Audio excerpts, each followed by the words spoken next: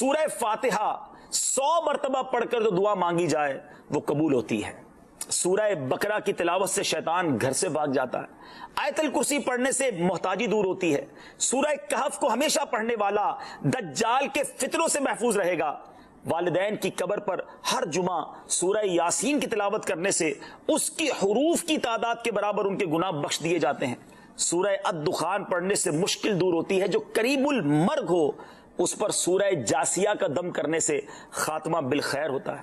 سورہ حجرات کا پڑھنا اور دم کر کے پینا گھر میں خیر و برکت کے لیے مفید ہے۔ سورہ قاف پڑھنے سے جو باغ ہوتے ہیں ان کے پھلوں میں کثرت ہوتی ہے۔ سبحان اللہ۔ سورہ رحمان 11 بار پڑھنے سے تمام مقاصد پورے ہوتے ہیں۔ سورہ واقعہ جو شخص روزانہ پڑھے گا اسے کبھی فاقہ نہ ہوگا۔ سورہ ملک کو ہر رات پڑھنے والا عذاب قبر سے محفوظ رہے گا۔ سورہ مزمل کو 11 بار پڑھنے سے ہر مشکل آسان ہو جاتی ہے۔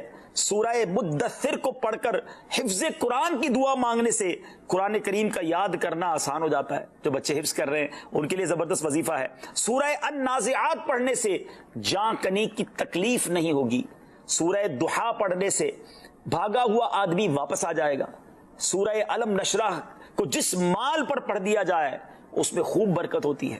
سورہ تین والزیتون جو ہے 3 مرتبہ پڑھنے سے اخلاق و کردار بہتر ہوتے ہیں۔ سورہ علق میں جوڑوں کے درد کا علاج ہے۔ سورہ قدر جو صبح و شام پڑھے اللہ عز و جل اس کی عزت بڑھا دے گا۔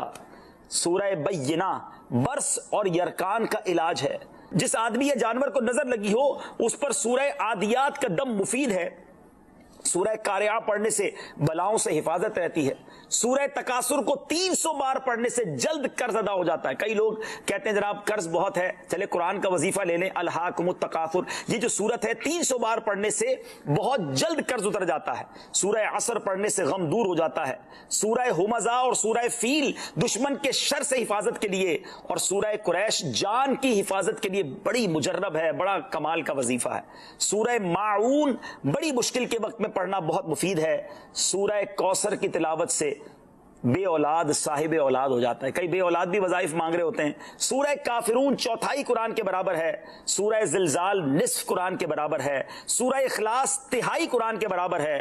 اور سورہ فلق اور سورہ ناس سے جن اور شیطان اور حاسدوں کے شر سے حفاظت رہتی ہے۔